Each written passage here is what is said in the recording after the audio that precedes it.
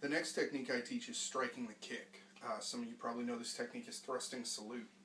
The attack is a right step through front kick. Again, I teach a lot of these off the step through attack, especially at the beginner level. And the defensive maneuver is to step back and off the line of the attack. So we're going to step back at a 45-degree line. We're going to do a double factor downward block to defend against the kick. We're going to bring this hand up to check, step through, kick our opponent in the groin, and land with a palm strike to our opponent's face. So again, we're stepping back and at an angle, check, step through, kick, palm. A lot of things are going on in this technique. This is the only kick technique I teach at this level, but again, we're going to do some basic kick defense, especially while we're dealing with this technique. We're going to practice using some of our basic kicks that we learn at this level and kick evasion, do a lot of different drills. When we learn striking the kick, and the reason I call it striking the kick is because the block is not the defensive action, okay? The defensive action is stepping back and off the line of attack, right? First of all, I don't think of this as a kick to the groin. I teach this and I practice it as a kick to the midsection. If my opponent was going to kick me in the groin, I wouldn't try to get down to defend it like that. So really, I think of this almost like what I would call a stomping front kick. You might see like the cops on a TV show go to kick somebody's door in, and that's how I think of this attack. More like a street style, you're at range and a guy's coming through and trying to put his boot right on your midsection. And that's why I'm using this maneuver. Now again, this is not defensive. My defense is changing range and changing angles, okay? And I think that's important to remember because there's a lot of things that go on here that the beginner's not necessarily privy to, but we'll touch on it, and as they grow, they'll learn more about it. One of those things is we talk about the range on these kicks, right? So my opponent is going to have the most range when he's 90 degrees out from his hip. And think of your zone as a sanctuary, right? If he goes below or above 90 degrees, he's losing range, okay? So if I'm close enough for him to hit me with a kick that's lower than his hip, then first of all, I'm way too close to my opponent, right? If I'm within range for him to hit me with a low line kick, I should be hitting him with a low line kick, right? If you're within range to be struck, you should be striking. So what I'm defending against here is he's trying to hit me at the extreme of his range, okay? Now he may be closer than that when he launches the kick. I'm not saying that he's just barely at contact range. But what I'm saying is our concern is that kick coming in at his maximum range, okay? So because of that, by stepping off the line of attack, remember a linear strike, you defend by getting off the line of attack, right? So by changing our range and getting off the line of attack, we already defend against the kick. So what this action is doing is striking that extended limb, and we're going to do that a lot. If our opponent is going to extend a limb, first we're going to punish it, right? If he's going to give us something, we hurt it. But we also want to manipulate him by that extended limb. So we're going to use that leg that's sticking out as a lever to turn our opponent's body and have him fall out of position. And this is going to juxtapose some of the techniques later where instead of changing his position in a major way, we allow him to sort of fall into place for our counters. But in this technique, we step off and away from the kick, and at its full extension, we're going to strike that kick. And the idea there is to reposition our opponent. So as he comes through with his kick, we strike, and it causes him to land out in this, what we would consider a horse stance, but, he's probably not thinking in terms of fighting stances, but it's sort of what we would generally think of that as. And part of the purpose for this, and we do this a lot in kenpo, is we want to get our opponent out of position. Because that way, before he can counter, or before he can, attack again, or do anything, even move, he has to reestablish his base. And that's our opportunity to enter with our technique, right? So we always have to remember, you need a spot to enter. It's not just a one-for-one thing. You have to pick your moments to enter with your technique. And maybe I just evade or cover, but when I get him out of position, by striking at that extended limb and causing him to step out and into a wide stance, he's going to have to shore that stance up before he can do anything, and that's my opportunity to enter with my strikes.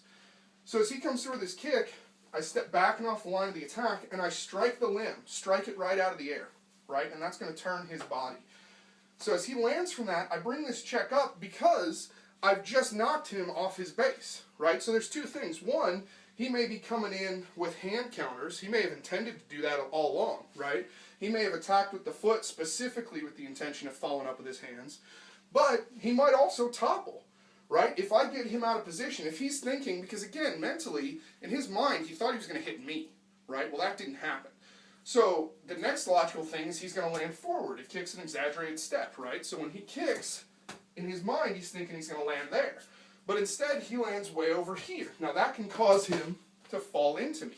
So I want to get this check up so I can be ready to defend against any kind of high line counters, but also to keep that opponent off me. I don't want him landing on me, and now we're engaging in that, right? Now I'm trying to keep my base so I don't get bowled over.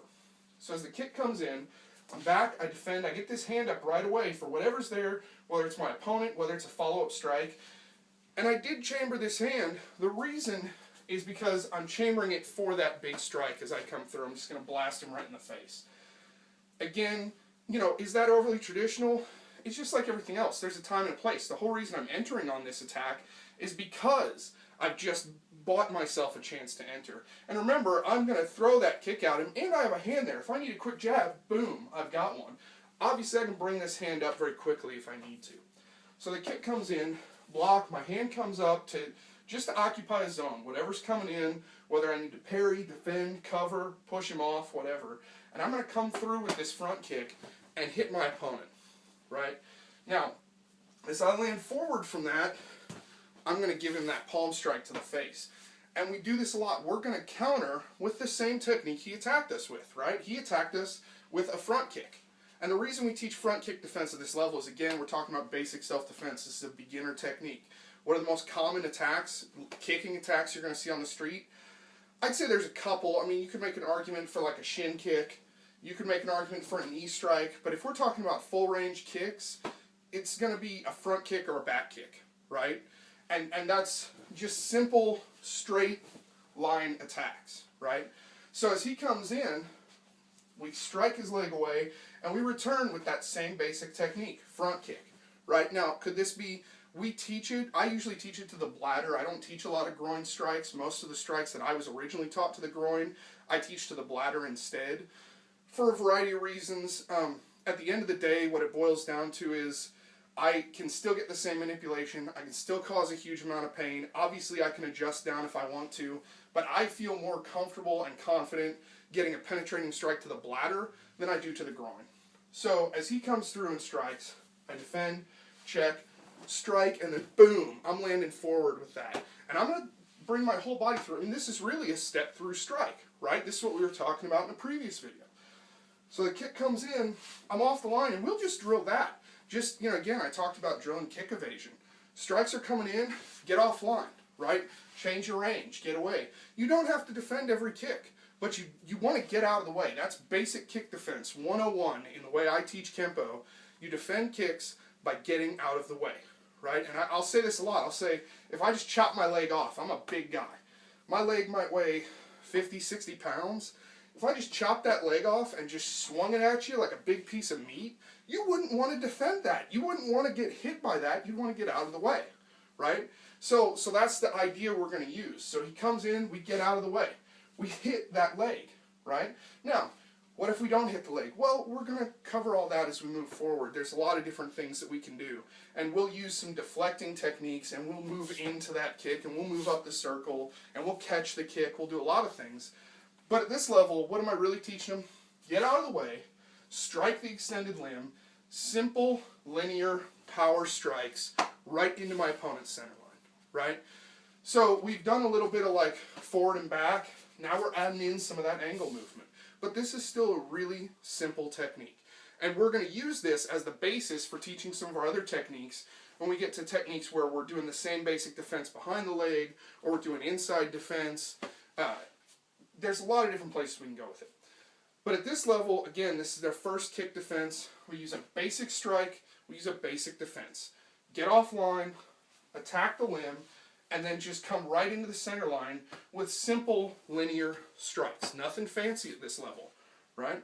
So that's a little idea of how I teach the technique I call striking the kick, and some of the things we do with it. And again, we talk about the combat scenarios we built. He's grabbing us, he's pushing us, he's punching us, he's coming through with that big high front stomping kick, right?